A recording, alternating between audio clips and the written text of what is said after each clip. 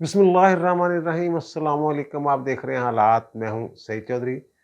پاکستان میں ایک ہی دن الیکشن کروانے کے کیس میں چیف جسٹس پاکستان کے ریمارکس اور ان ریمارکس سے پیچھے چھپے معنی ہم ڈھونڈنے کی کوشش کریں گے۔ چیف صاحب کہہ کچھ رہے تھے، مطلب کچھ اور تھا، اور پھر عدالت کی کہہ مقرریاں جو کہا ہوا ہے اسی سے مکر رہے ہیں۔ یہ سارا معاملہ ہم آپ کے سامنے رکھیں گے۔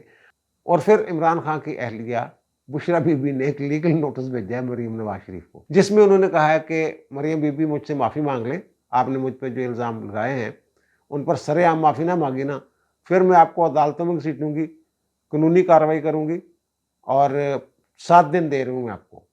تو یہ نوٹس دے کے، لیگل نوٹس دے کے بشرا بی بی پھنس گئی ہیں۔ ایک دن پرانی خبر ہے، لیکن کچھ قانونی نکات ہیں اس میں جو آپ کے گوش گزار کرنا ضروری سمجھتا ہوں میں۔ لیکن اس سے پہلے میں بات کروں گا جو سپریم کورٹ بار ایسوسی ایشن اور پاکستان بار کونسل کے درمیان پھڈا پڑا ہوا ہے۔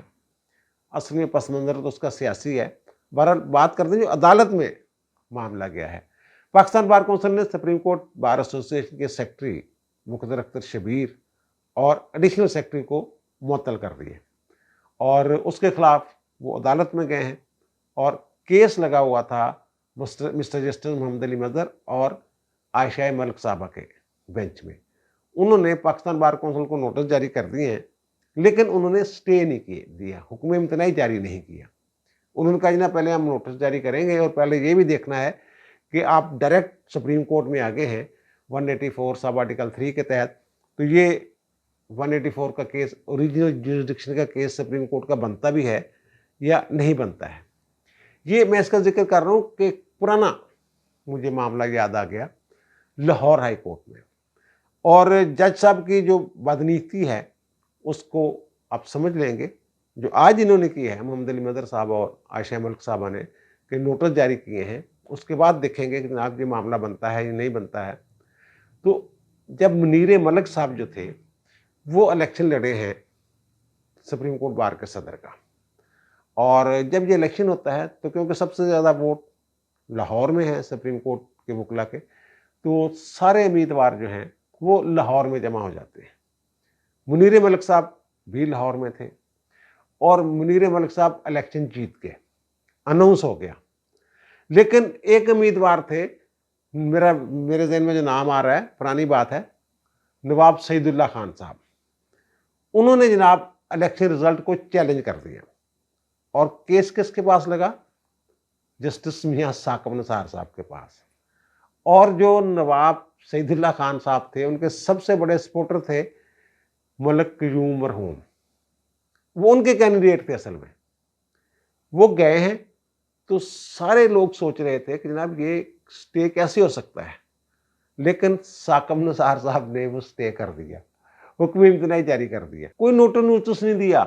مجھے یہ اس لیے یاد آ رہا ہے کہ کوئی 3، 4 بجے کا ٹائم ہوگا جب یہ حکم امتناعی جاری کیا ثاقب نثار صاحب نے، اور میں نے اس کی کچی کاپی نکلوا لی، لے لی فوٹو کاپی آرڈر کی۔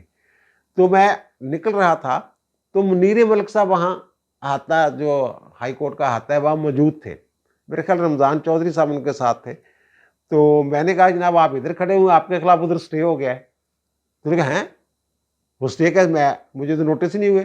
میں کہا جی بغیر نوٹس کے ثاقب نثار صاحب نے کر دی ہیں۔ تو انہوں نے کہا کاپی ہے، تو میں نے کاپی کروا کے، وہیں ساتھ ہی فوٹو کاپی کی مشین تھی اندر ہی، تو میں نے ان کو دے دی۔